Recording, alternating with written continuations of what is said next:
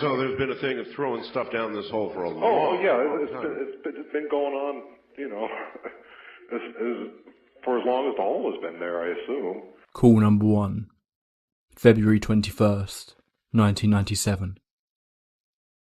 Later on that Friday evening, Art Bell introduced Mel Waters to his audience, and Mel began to tell his story. Mel informs Art that he isn't calling from the property where the hole is. A recent snowstorm has wreaked havoc in the area surrounding Ellensburg in Washington state. A number of the already run-down buildings on Mel's land had collapsed in on themselves from the sheer weight of the snow. The property has no phone lines or electricity running to it. In fact, living there doesn't seem to be the real purpose of Mel's property, which was made up of several acres out in the middle of nowhere. In fact, what he was really up to out there, we will get into a little later. Instead, Mel is seemingly staying somewhere in Ellensburg, as he makes the call that night. He explains that he has owned this land for a few years now, and that on the land, there is a hole, measuring 9 feet and 9 inches across. Around the outside is a 3-foot high retaining wall that almost gives off the appearance of this hole being a well, but it isn't. The retaining wall drops down into the hole around 15 feet, but the hole goes deeper than that. Much deeper, in fact. After the brick of the wall ends, the sides of the hole become dirt and soil, before showing rock further down. Mel has only been able to see this by using powerful halogen lights, but while these lights have let him see far enough to tell what the sides of the hole are made of, they do not illuminate the bottom. Seemingly this hole has been on the property for a long time. Mel explains that the elderly man he and his wife purchased the land from claimed that the hole had been there when he purchased it from the previous owners, around 40 years ago, and the wall built around the hole has been kept in near perfect condition.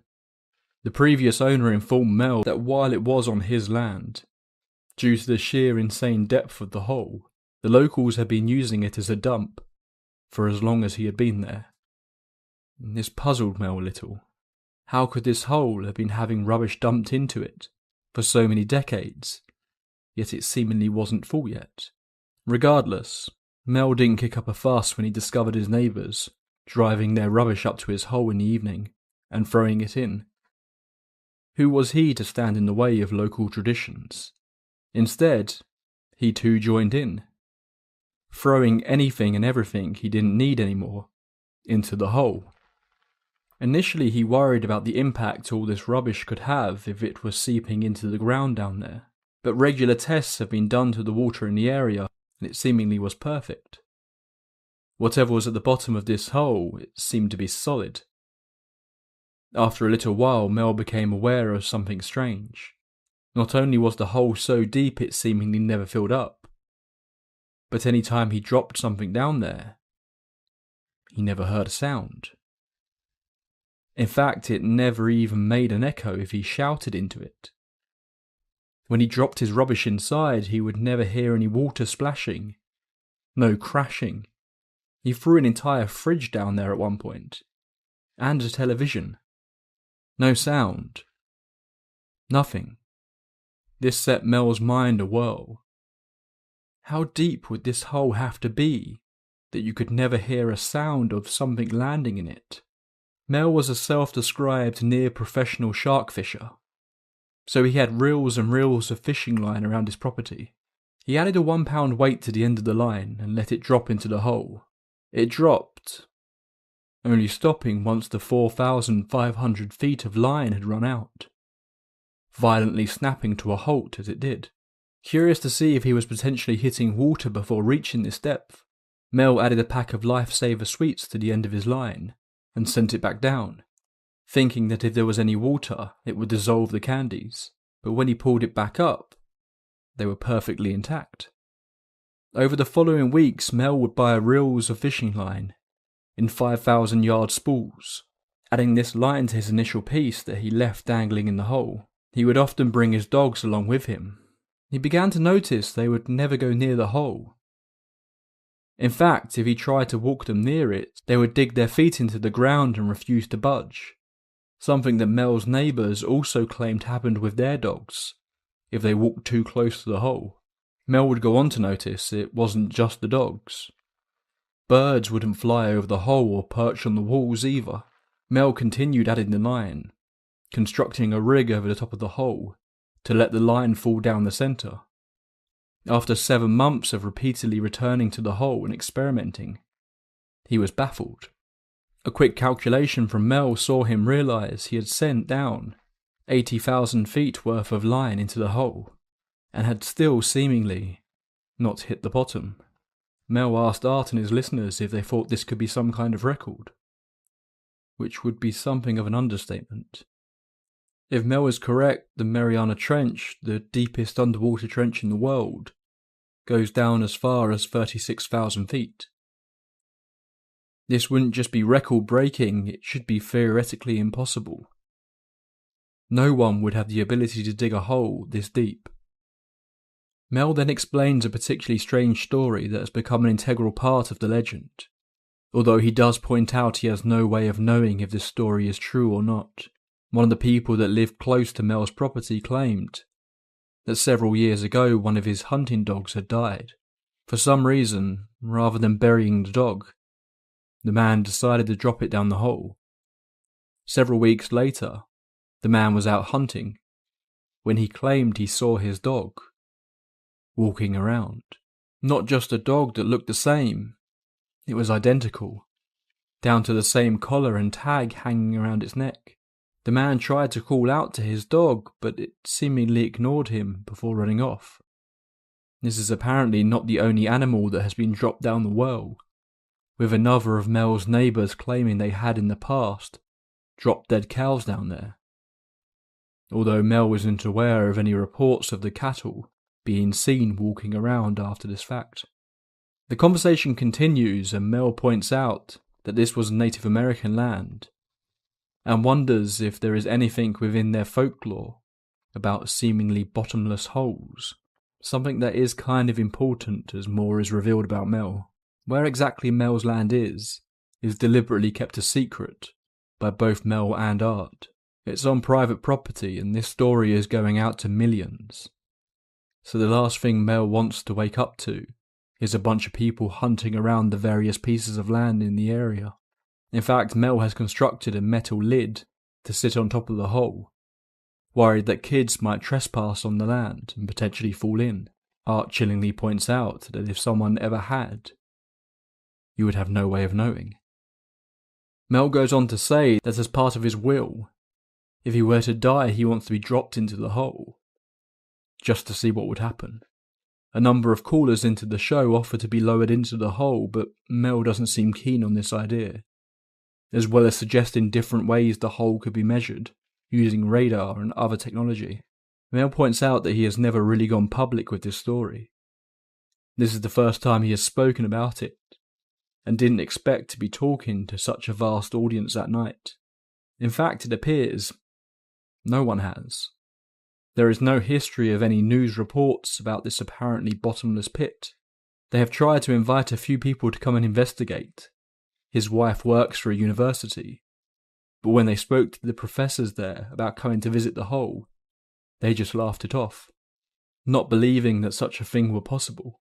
Art speaks to Mel about getting other members of the media involved, such as a television crew, but he seems hesitant to do so for some reason. One of the last points Art mentions is the idea that this could be of great interest to the US government as a potentially safe place to dispose of nuclear waste. Art would have no idea how close he may have been as they wrapped up the call that night. They had, for instance, if they found like it was a drug lab, they could seize my property. Call number 2, a few days later. Art and Mel kept in touch over the following days. The very night that Mel was on Art's show, he noticed something strange, which he explained to Art off air in an apparently panicked state. Things only got more complicated in the following days, and Art invited an audibly disturbed Mel back onto the show to give the audience an update. Mel explains that after hanging up the phone in the early hours of Saturday morning, he decided to drive up to the hole when he noticed a helicopter flying around the area, shining a spotlight down on the darkened fields. Weird, but not totally out of the ordinary. A large military reservation is only a few miles from Mel's property, and there was also a small airport close by. However, Mel couldn't shake a weird feeling. What exactly was it doing out there? The next day, while driving past the area, Mel noticed helicopters again. Multiple ones this time. Something was definitely up.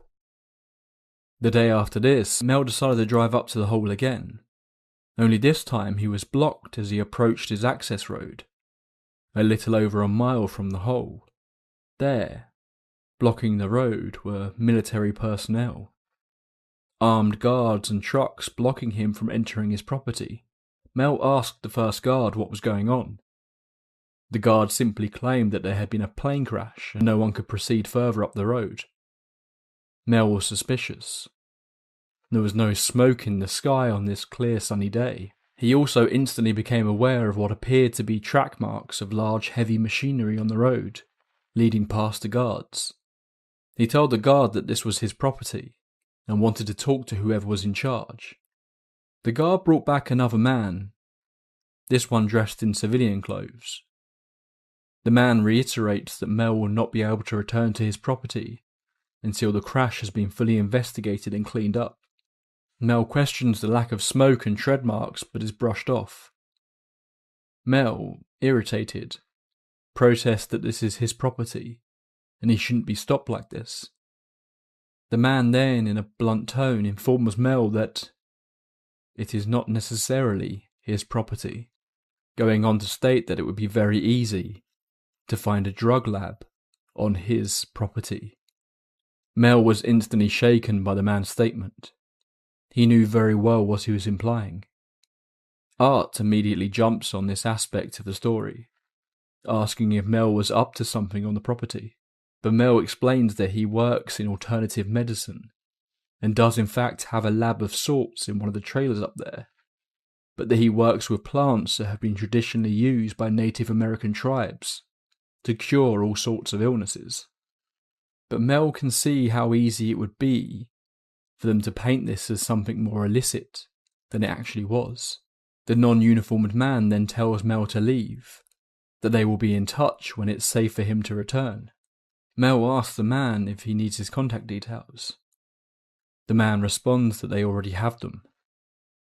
Mel then says, "I assume you don't want me to tell anyone about this," to which the man responds, "No one would believe you if you did." The following day, Mel was speaking to one of his neighbours about what happened, who then tells him something even more strange. The night after Mel's encounter with the military, his neighbour was outside, looking in the direction of Mel's property, when he saw something in the sky. It was hard to describe, but the way the neighbour explained it was like a beam of light was shooting up into the sky, coming from Mel's property. But it wasn't light exactly. It was black, blacker than the night sky.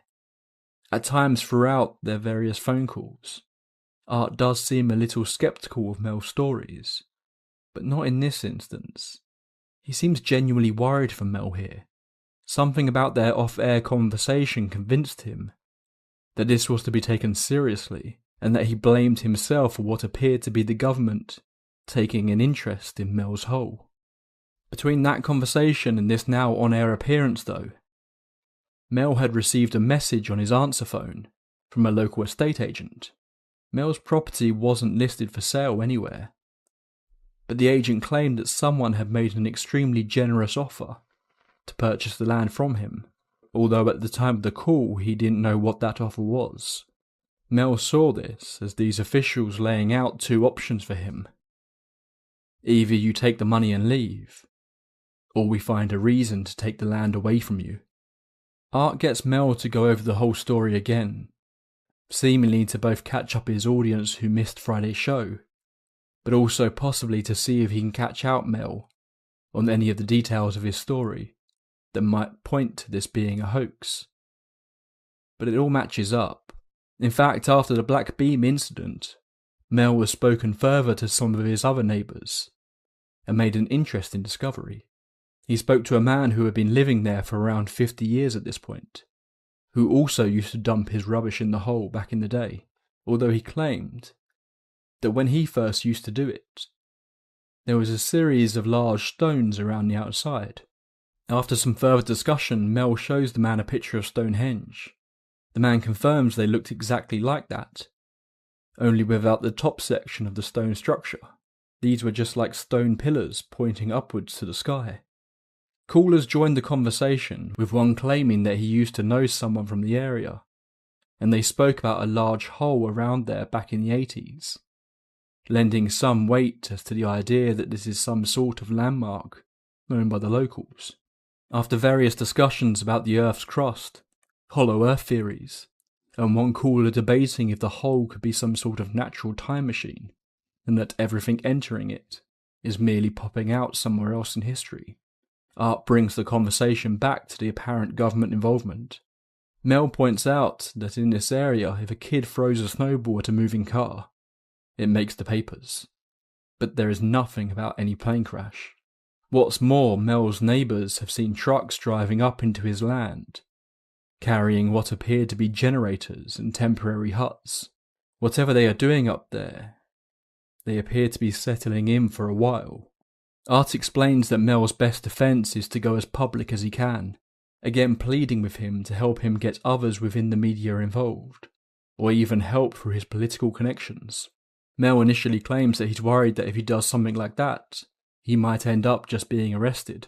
But over the course of the conversation, I am struck by the feeling that Mel doesn't want to cause too much of a fuss, because he is extremely tempted by whatever this monetary offer that is being made is, dreaming that if it was substantial enough, that he could relocate to Australia, a long-held dream of his, and put all this behind him, and that talking about it with Art is just him hedging his bets before he decides what way to go. The second phone call would end here, and Mel would not appear on the air again for several years. This was where my knowledge of the story of Mel's hole ended, and according to some theories that we can get into a little later, it actually is. But this is where things start to get a little crazy. Buckle up. Things are going to get progressively more wild from this point on. All of my back teeth have been removed. What? I have no back teeth. You have no back teeth? None. You don't mean like... no molars, no wisdom You're not talking teeth. about wisdom teeth. You're talking about... None. No back teeth. None on top, none on bottom. Why would they take your teeth I out? have no idea, Art. Call number 3. 3 years later. The year is now 2000. A new millennium has begun, but an old friend is back on Coast to Coast AM. Art Bell is audibly so excited to welcome Mel back. It appears that Mel has been keeping in touch with Art throughout the years via email that has seemingly been sent from Australia. It appears Mel got his wish, but he is now back in America and things have taken an extremely dark turn for Mel. Art begins by talking about how Mel's story has become something of a mini-cultural phenomenon. Television crews went hunting for Mel's hole. Songs were written about it. Even drinks were named after Mel's hole. And the lack of closure on this story seemed to drive people crazy. No one knew what happened to Mel after this apparent offer to buy his land. Art gets Mel to once again recap the entire story, but this time Mel adds some additional details that are worth covering. He explains he was living at the property prior to the snowstorm that started all of this, doing research into Native American herbal medicines, and growing a number of plants on the land. He specifically singles out a Mexican man who used to come and dump tyres by the truckload into the hole while he lived there, estimating that he must have put thousands down there over the years. He then goes off on a seemingly random tangent about the area of Ellensburg being a bit strange in general, highlighting one odd story from the area of a tree that apparently has a whale bone sticking out of it. Why it's there, no one knows. I wasn't originally going to include this detail, but it does have some relevance, as we get to the end of our story. It also seems that the black beam being spotted wasn't a one-off. Others have reported seeing it now, but Mel has never witnessed it himself. He also adds one unusual detail about the military men that stopped him on that day 3 years ago. He tells Art that years ago he used to serve in the military. He was confident that the men he saw were from the army. However, they lacked any identifying information on their uniform. If he was asked, he couldn't tell you what army they represented. Mel then explains what happened to him. The offer from the estate agent was that the government wanted to lease the property from Mel in perpetuity, and were willing to pay a hefty sum to do it. $250,000 a month, in fact. After a series of conversations that Mel doesn't go into, he manages to secure himself quite an impressive deal. They arranged it so that Mel was able to move to Australia, taking both his dogs and various plants with him, without having to worry about any quarantine. Clearly this was the result of some sort of arrangement between both governments, but Mel was forced to sign an NDA that seemingly covered aspects of the case that he doesn't go into. Mel was told to leave his car and wait at a nearby rest stop. There he was taken in the car to the airport, where he went to San Francisco, before flying on to Australia. In Australia he was able to continue his research, using the sudden wealth he had to build various facilities out there, as well as becoming heavily involved in rescuing wombats. But he claimed that the officials in Australia were very interested in his research into alternative medicines, particularly when it came to the plants that he had grown on the land surrounding the hole. In one unbelievable story, they apparently took the plants that he had grown to 3 men. Mel didn't know it at the time, but these 3 men were all in hospice care, all with HIV. Months later, all 3 that came into contact with the plants made a miraculous recovery. Art is surprised that he would return to the US, but Mel claimed he missed his family and wanted to come back, which he did in late 1999, something that would be a huge mistake on his part. It appears the actual ownership of the land isn't as simple as Mel made out. It actually belonged to his now ex-wife. Mel had been paying her $25,000 a month since he leased out the land, but she had actually leased it out to him in perpetuity as well, as part of their at the time amicable divorce settlement. But upon returning to America he was almost immediately served with papers, saying he was in breach of his lease terms. It claimed that fuel tanks, a septic system and paved roads had all been added to the property while Mel was away. These were large-scale changes that he wasn't allowed to make, and therefore his lease had been revoked. This instantly also stopped the payments from the government, which were now potentially being made to his ex-wife instead, although he was never able to get in contact with her to confirm this. In fact, she seems to have completely disappeared off the face of the earth.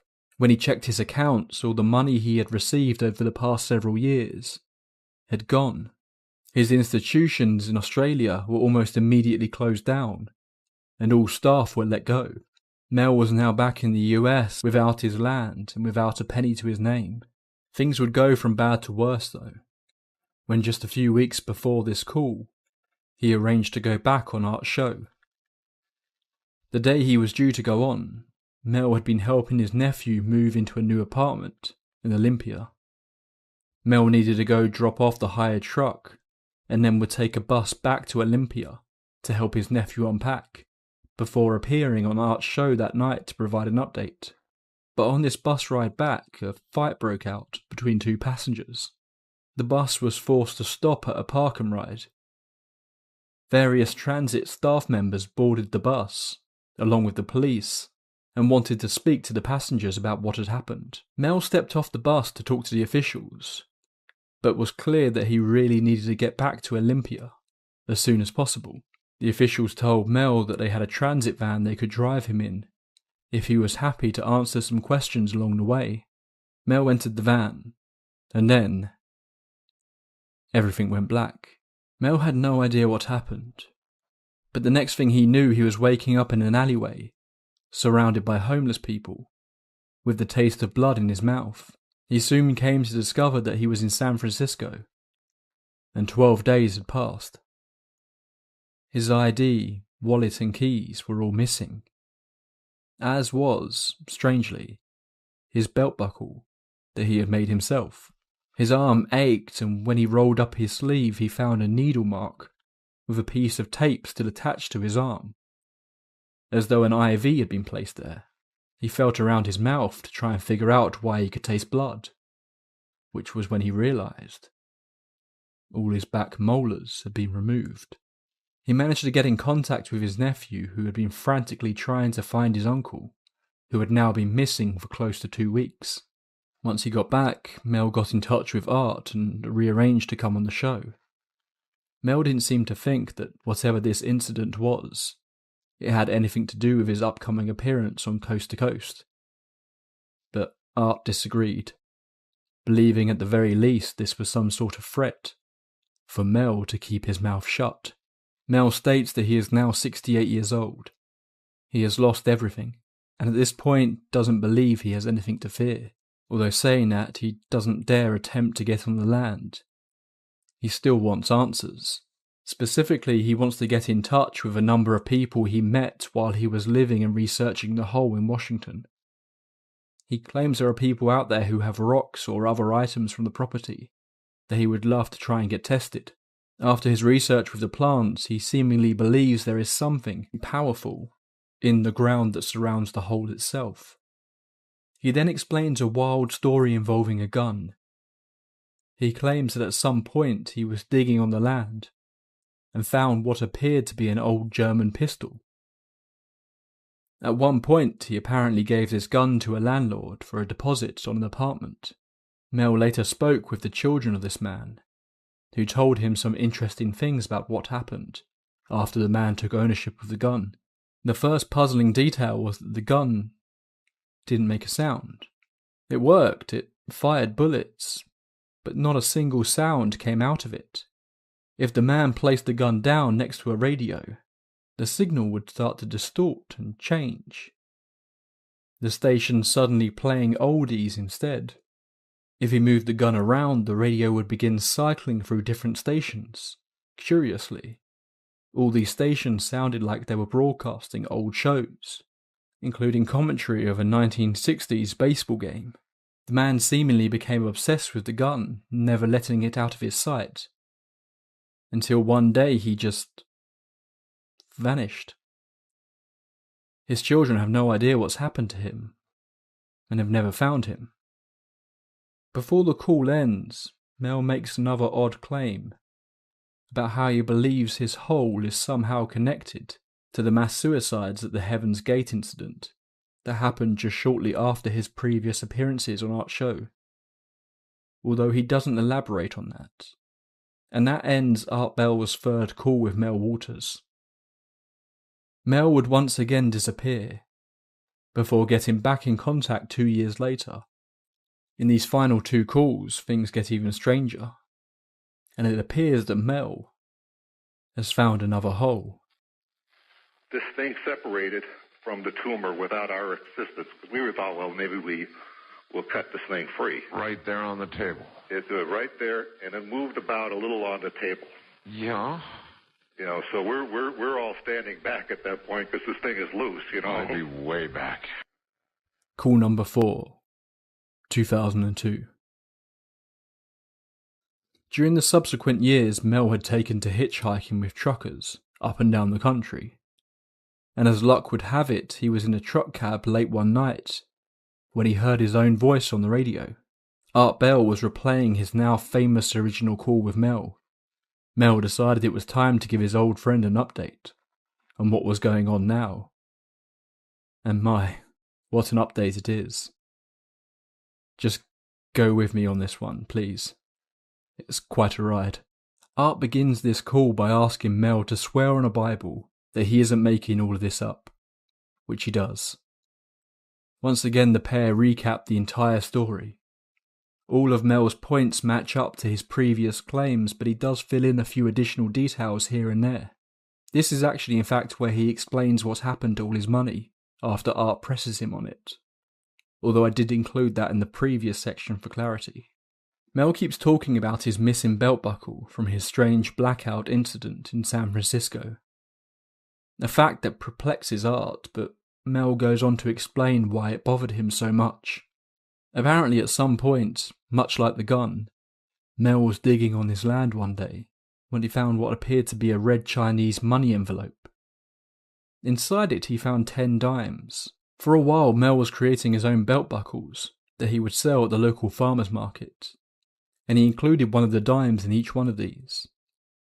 He kept one for himself but sold the others, and that was the buckle that was stolen from him that day. As luck would have it, Mel actually recently bumped into one of the men that Mel had sold those buckles to. They proceeded to have a conversation that led to an odd discovery about the belt buckles. The dimes that Mel had used featured an image of Franklin Roosevelt on them. This wasn't immediately seen as an odd thing, but on closer inspection they noticed. The coins were dated 1943, 2 years before Roosevelt's death, and 3 years before those dimes would have gone into circulation. A strange misprinting, perhaps. The man took the coin to a dealer who showed a great deal of interest in purchasing the dime, but the man declined, thinking he could have something that could potentially be worth a lot of money. However, the next day the man had a knock on his door. There stood 2 people he didn't recognise, who claimed to be from the Treasury. They confiscated the dime. Which leads to one caller into the show posing the idea that the hole is some sort of portal to alternative dimensions, and that these coins come from one where Roosevelt died an earlier death. Mel goes on to talk about how he believes the military still have control of the hole and the land surrounding it. He points out that if you look at TerraServer satellite imagery, a precursor to Google Earth, the area where Mel's land would be is blocked off with large white squares. A fact that Art does confirm. Art then talks about how recently a television crew went looking for Mel's hole. While they were unable to find it, in the area where they believed it could be, they found a number of what appeared to be military boot prints and tread marks from large machinery being wheeled in and out of the area. Mel talks about how even more people have come to him, talking about seeing the black beam in the sky, and that through his experience talking to truckers in the area, he has gathered information about multiple shipments being made to a nearby warehouse of massive amounts of fibre optic cables and supplies from a California laboratory. A strange detail made by one of the truckers claimed that all of the people at the warehouse were apparently from Israel. Then Mel gets into the main reason why he has got back in touch with Art. There is a second hole.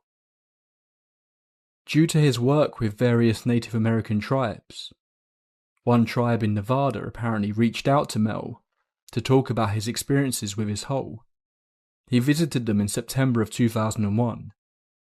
They spoke at length about plants, and then they revealed to Mel that they knew of another hole that sounded remarkably similar to what he had found in Washington. The plants that Mel was interested in were apparently only growing close to this hole. The area was being used by the Basque community, who were using the area as farmland for their sheep. Mel was introduced to the community by the Native Americans, and after confirming that he wasn't the press, a number of the Basque people took Mel to see the hole. It was almost identical in size, but this time instead of a retaining wall, it had a sort of metal collar around it. The collar was about 2 feet high and went down into the hole about 2 feet deep, although the walls of the hole appeared to also be metal as it dipped down into the darkness. Mel claimed it had notches on it, as though a lid of some kind could have been attached, but it wasn't anywhere to be seen. The whole thing looked very modern, so Mel was baffled when the Basque people claimed that the hole had been there as long as they had been shepherding the area, which was since the 1800s. At one point Mel dropped a wrench on the metal collar. Just like his hole, it didn't make a sound. The metal was also producing some kind of heat. Not the metal itself as such, that was cool to the touch, but the air around it seemed to be warm, even at night. The Basque people would often camp next to it in the winter to keep warm.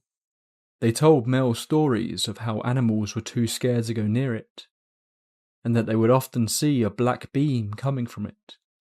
Some of the elders saw this hole as some sort of spiritual site. With the permission of the community, Mel was allowed to stay to conduct some experiments.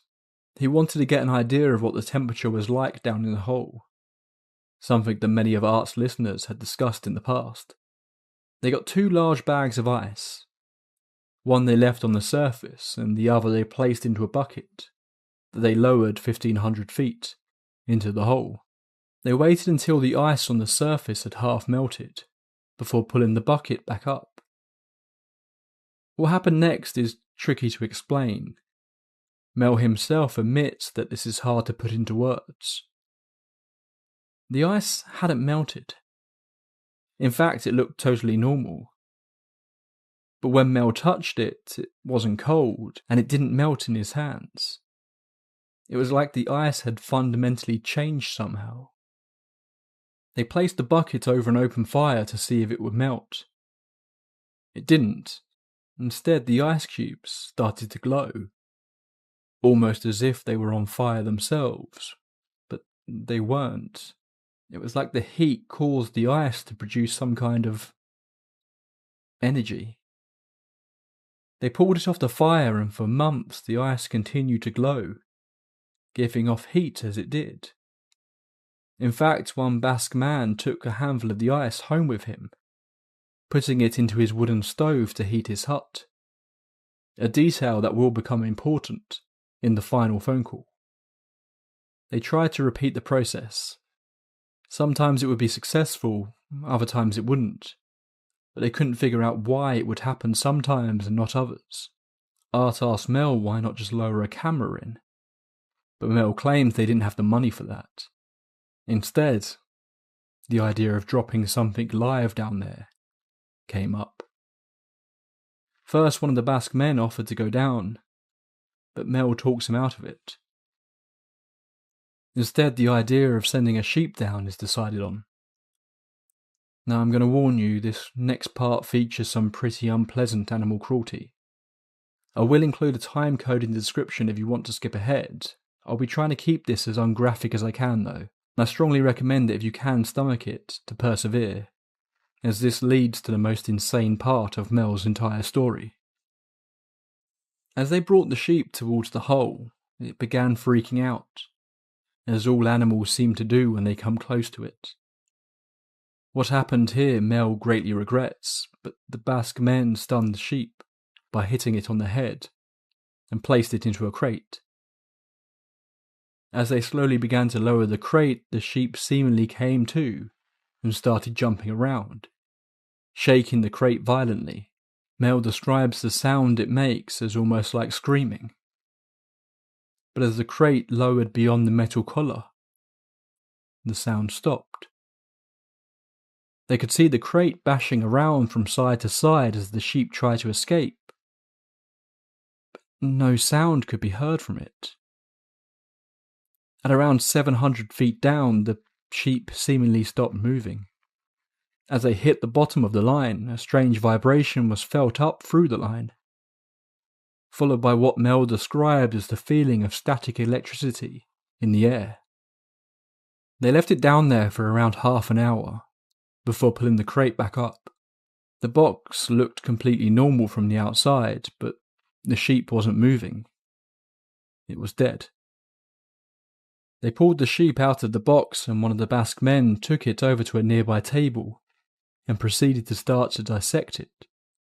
On the outside it looked totally fine, but as soon as he cut into it, it was as if it had been cooked from the inside, still warm to the touch.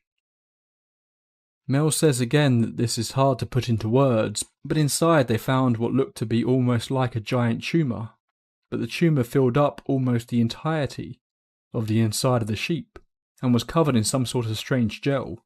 All its internal organs were nowhere to be seen. The man cut into the tumour, which proved to be difficult, but once they get it open, Inside they find what looks like a fetus of some kind, attached to the tumour-like object, with an umbilical cord. Mel said the only way he could describe it was that it looked like a baby seal, 18 inches long with flippers. Most disturbingly of all, he said its eyes didn't look like an animal's. They looked very, very human. Watching the men intently as they freed it from the tumour. Before they could cut the umbilical cord, the creature freed itself. The men all froze. The creature just kept looking at them. Looking over them all one by one. At first, one of the Basque men claimed they should kill it, but the others disagreed. Then the creature began to move to the edge of the table. Mel said he doesn't know why, but he somehow knew it needed help, and wanted to be on the floor. So he picked it up and carefully placed it down. It was covered in the same gel the tumour was, which Mel claimed smelled like ozone. For nearly 2 hours the creature sat on the floor, just looking at the men one at a time, with its human-like eyes. Mel claimed it had the most compassionate look he had ever seen from any human or animal. He claimed that none of them felt threatened by it. Its stare had a weirdly calming effect on the men. It then began to crawl towards the hole. Again, Mel felt like he should help it, so he picked it up and placed the creature on the metal collar.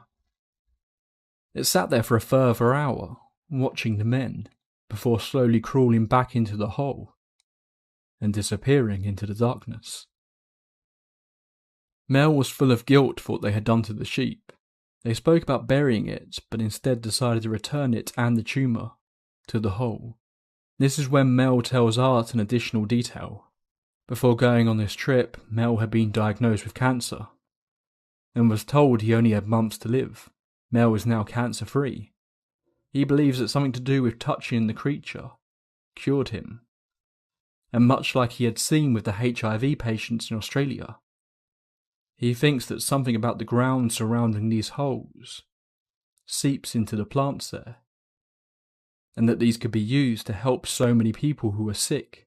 Mel tells Art that he plans to continue researching there, but vows to never send another living thing down the hole.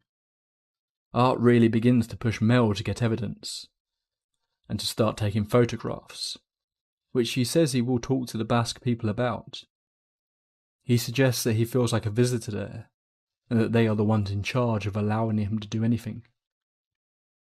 Before ending the call, Mel tells Art a story about how he spent that evening with the Basque people, specifically talking to one of the elders who had been visiting the hole since he was a child. Just before the elder retired for the evening, he handed something to Mel and told him to put it away, which Mel did, placing the object in his pocket. Later, Mel looked to see what the man had gifted him.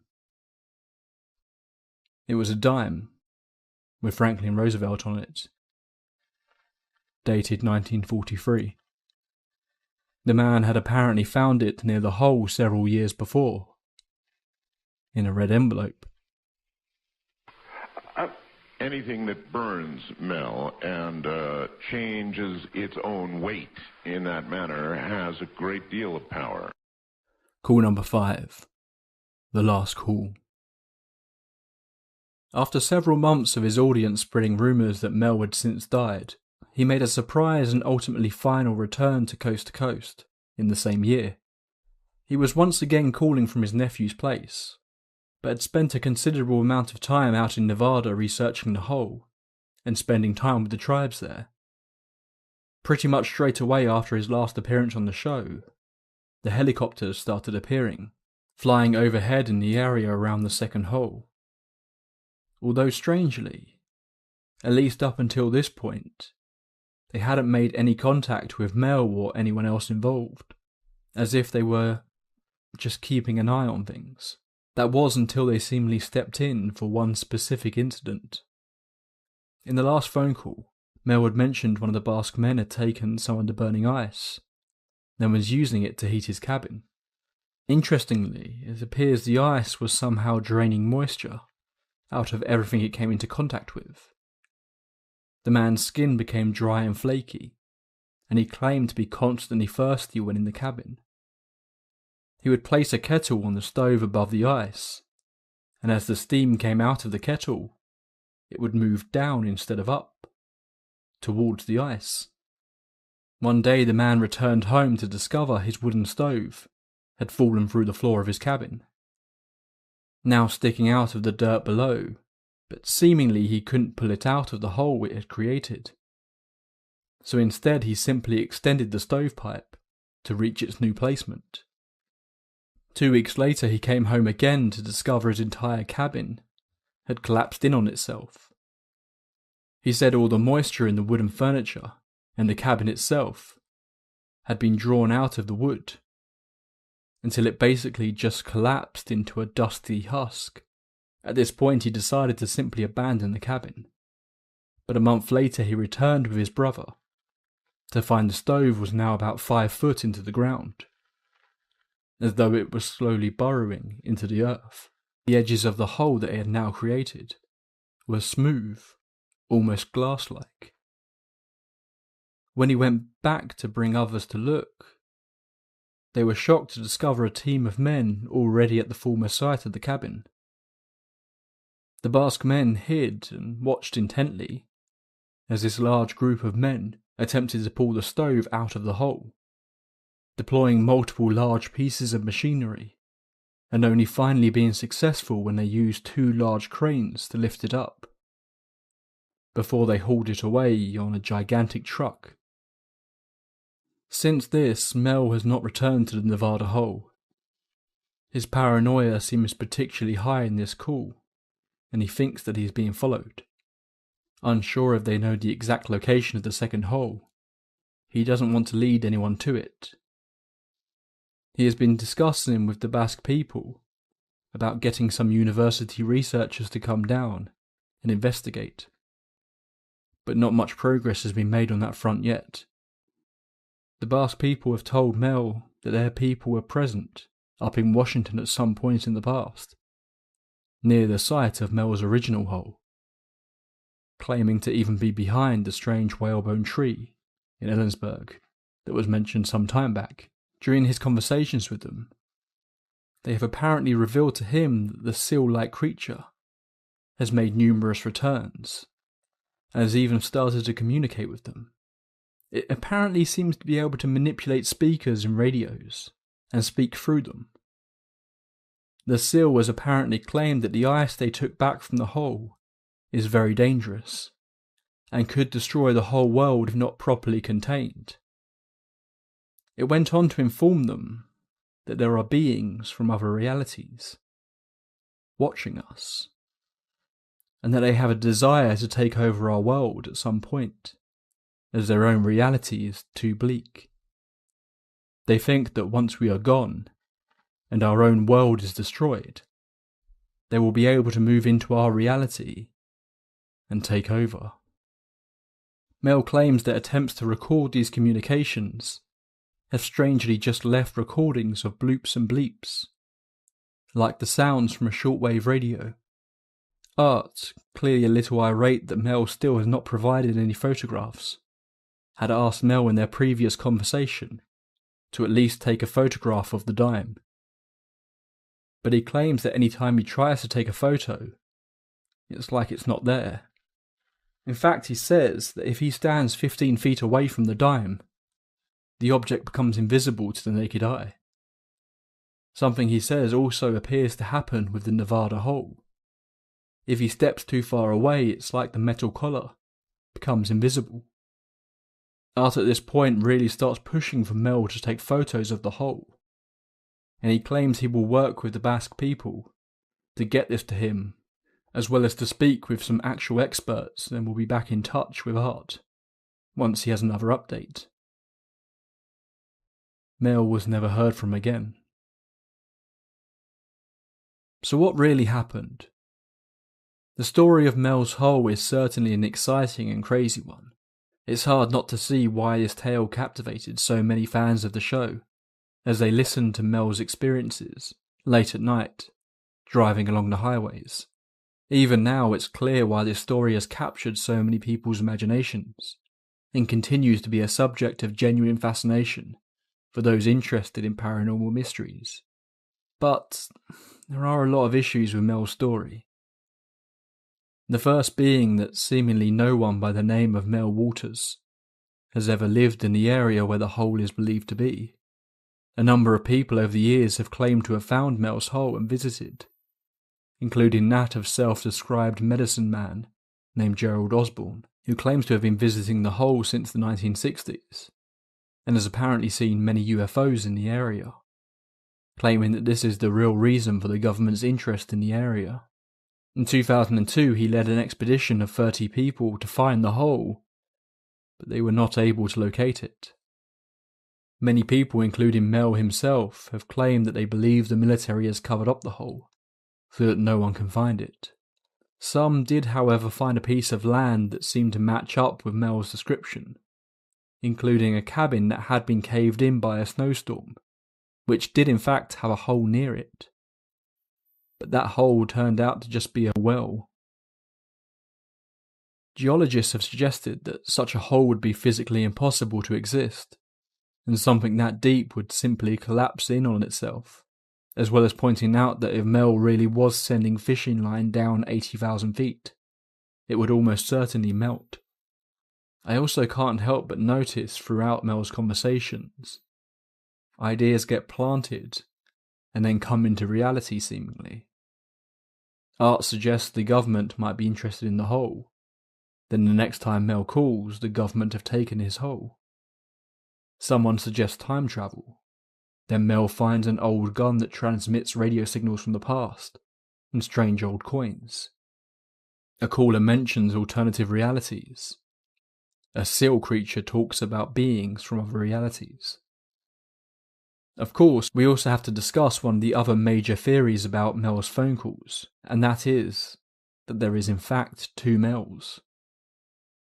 Many claim that the real Mel only phoned Art those 2 times in 1997, and that if his story is in fact true, he either took the money and ran, or someone made him disappear.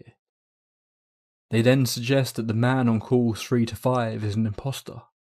These people are seemingly split on if the second Mel is someone just playing along and winding up Art Bell, or someone deliberately trying to sow misinformation when the Mel's whole story refused to die after Mel vanished. And there is some merit to this idea. The voice does sound different, but with the quality of the recordings and multiple years that have passed, it doesn't seem to be totally conclusive proof that this isn't the same person. If it is an actor of some kind, he has researched Mel's story well, and hits all the key details without thinking twice. He also exhibits many of Mel's turn of phrases and speech patterns. It's hard not to call into question the validity though, when Mel's story gets progressively more elaborate and crazy as calls 3 to 5 proceed. I kind of love how relevant this story has stayed throughout time. People are still as fascinated by this case as they were in the early 2000s, and devote hours to trying to find out if there is any truth to Mel's hole. I think a big part of that is because, no matter how insane the story sounds, his interactions with Art Bell just feel so genuine. There are so many little odd details and threads that don't really go anywhere, that just don't make it feel like a made-up story, despite how unbelievably ridiculous it is. So please, I really want to hear your theories. Is this entire thing made up? Is there some truth to it, but it's been twisted into an insane tale by a potentially fake Mel Walters? Or do you believe Mel really did experience all of this? And if so, what happened to him? Our final exams were coming up, and I still needed to do a lot more preparation. Usually our school's library would close by 5, but because of the exams, the school decided that the library would be kept open until midnight, so that if kids wanted, they could stay to study and prepare for the exams. My house wasn't far away from the school, so instead of studying at home, I preferred studying in the quiet, calm library and mostly prepared for the exams there. That day, I left my house at 6 o'clock and soon reached the library to prepare for the exams. I was so absorbed in studying, I didn't realize that it was now 10 o'clock. I had never stayed in the library for that long. Usually I would be on my way home at around 8. Even at 8 o'clock there would be at least some students in the library, but at 10 there was absolute silence. I only had about 10 to 15 minutes of work left, so I decided I'll just finish this quickly and then return home. I was completely lost in my work when I heard someone limping.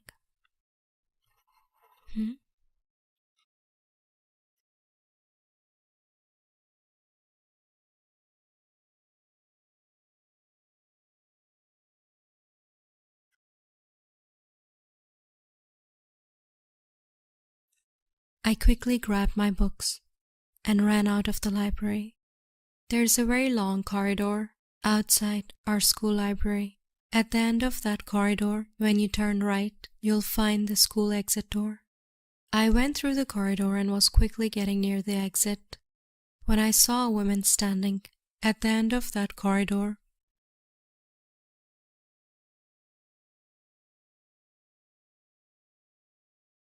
I didn't know who she was, but as I got nearer, I felt more and more uncomfortable. I got so uncomfortable that I called out, "Who's there?"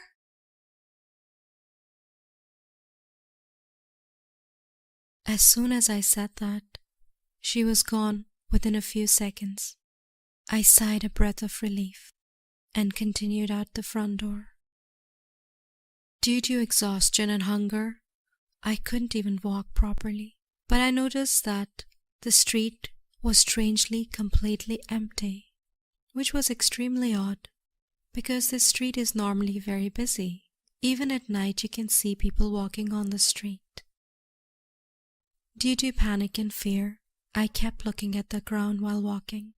I was nearly home when suddenly I saw a shadow on the ground stretching out to me, even though there was no one around me.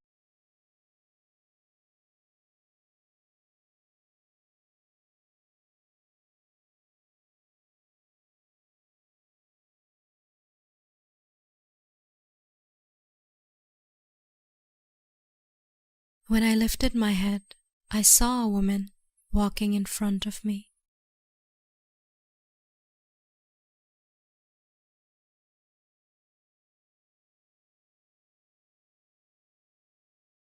I found her very strange. She looked as if she was disabled and that she was having trouble walking.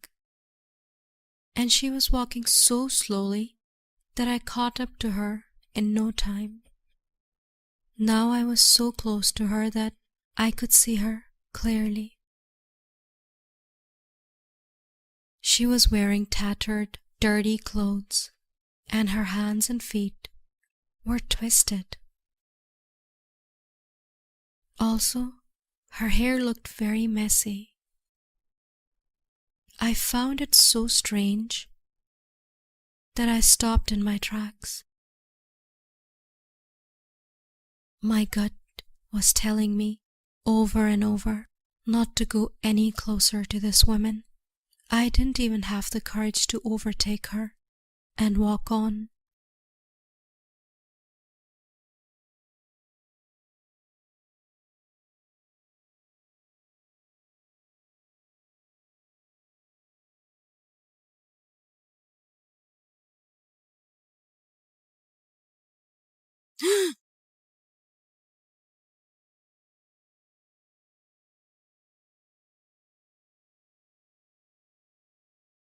Where is my daughter? I was frozen. I couldn't utter a word due to shock. My brain went numb. I didn't know how to answer her strange question. Out of fear, I pointed far, far away to the woman. Over there! I just wanted her to go away. She limped to where I had pointed to her, and she walked so far away that I couldn't see her anymore.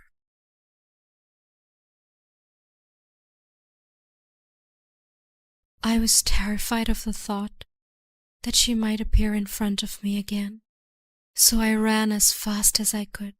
At that point, my brain couldn't think about anything else other than finding someone who could help me, a car or a person or anyone. And then, at that moment, I heard that woman screaming from far away. She is not here.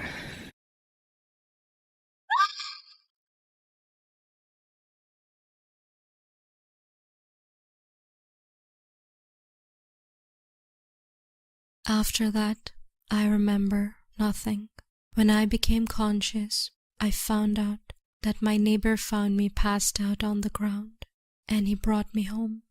I found this out from him, that in 1998, there was a 32-year-old woman named Agatha.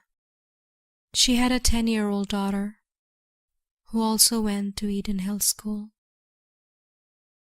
One day, while playing with her friends, she had an accident and died.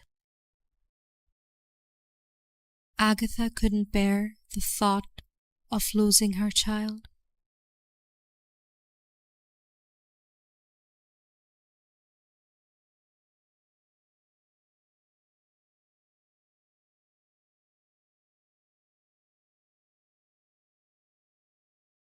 After that, Agatha's ghost was seen roaming around in Eden Hill School and the surrounding area, looking for her lost child. She's still wandering, hoping to be reunited with her daughter once again.